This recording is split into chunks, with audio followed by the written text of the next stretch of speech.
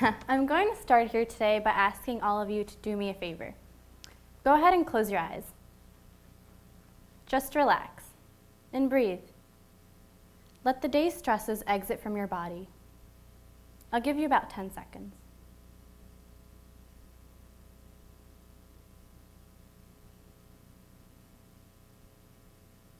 You may open your eyes now.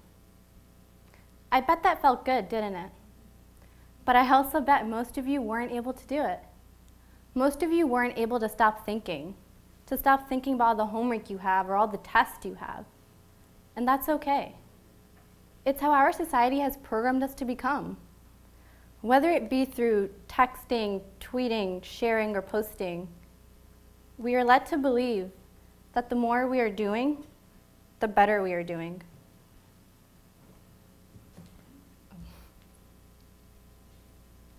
Okay. But is this really the case? Is the desire to do more, is the desire to produce more, actually producing more? A recent study in Psychology Today proved that those that multitask actually take longer to accomplish a task at hand. Is this the efficiency we crave so badly? Clearly not. But my goal here today isn't to motivate you on your multitasking habits, but rather to question your priorities. Where on your long list of things to do are you? Are you even on it? So, the question becomes, starting from a young age, we are all motivated to become ideal citizens of the community. The focus is shifted from us onto the other. How can you give back to others to make the world a better place? And quickly we realize that the focus is no longer on us. A more skewed version of this focus on the other is evident in today's trending news articles. Tell me, what did Kim Kardashian do this week to break the internet? Chances are most of you know. Chances are I probably know. We are one of the most connected generations the world has ever seen. We are connected to the world around us in a way our ancestors could not have even fathomed. But the question remains, are we as connected to ourselves anymore? Today I stand here before you to motivate you to put down your cell phones and become a smart person, to stop focusing on others. And I want you to do this by focusing on the 3 aspects of yourself: your body, your mind, and your spirit. I did not come up with these divisions, and I'm sure most of you have heard of them before. Rather, I'm here today to remind you of them, to motivate you about them, to make a difference about them. So the first aspect is your body. Your body is your physical being. It's your form, it's your shape, it's your worldly presence. It's the one thing that others see the most and you see the least. And because of this, society pressures us to make it perfect. And this focus on the perfection isn't for ourselves, it's for the other. And what we often fail to realize is that our body is more than just our physical appearance. It's a vessel between our body and our mind and our spirit. And therefore, it is essential to our well-being. We need to preserve our bodies, not for ourselves, but not for others.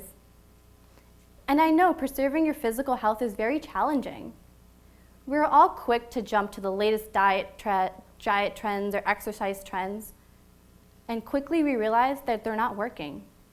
And the reason is because we fail to see that just like our spirits and our minds, our bodies are unique too. What works for the person next to you probably won't work for you.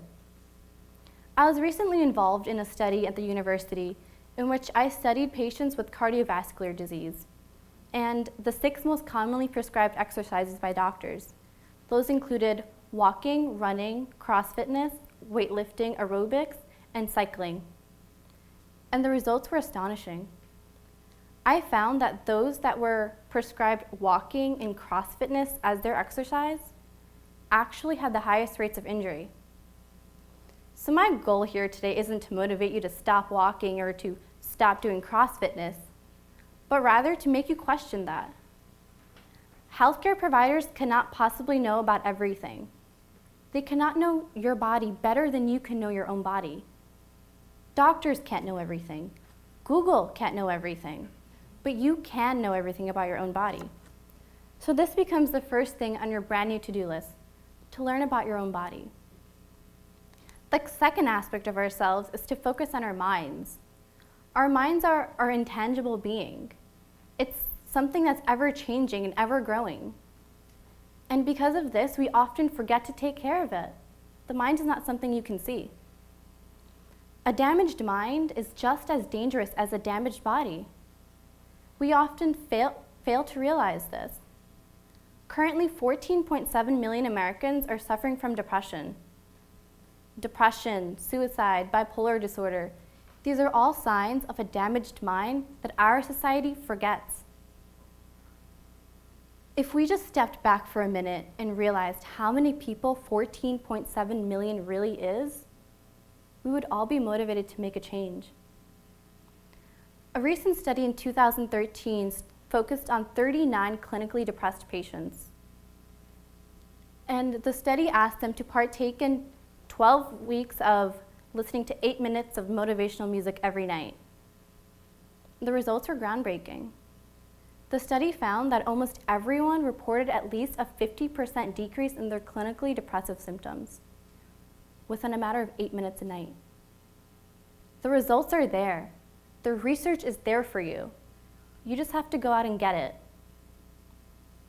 The last aspect of ourselves is our spirit. The spirit is the hardest to understand, perhaps because it's something that we don't really see. But our spirits are just as important. It provides a vessel between our body and our mind. This is the one thing that interconnects these three things.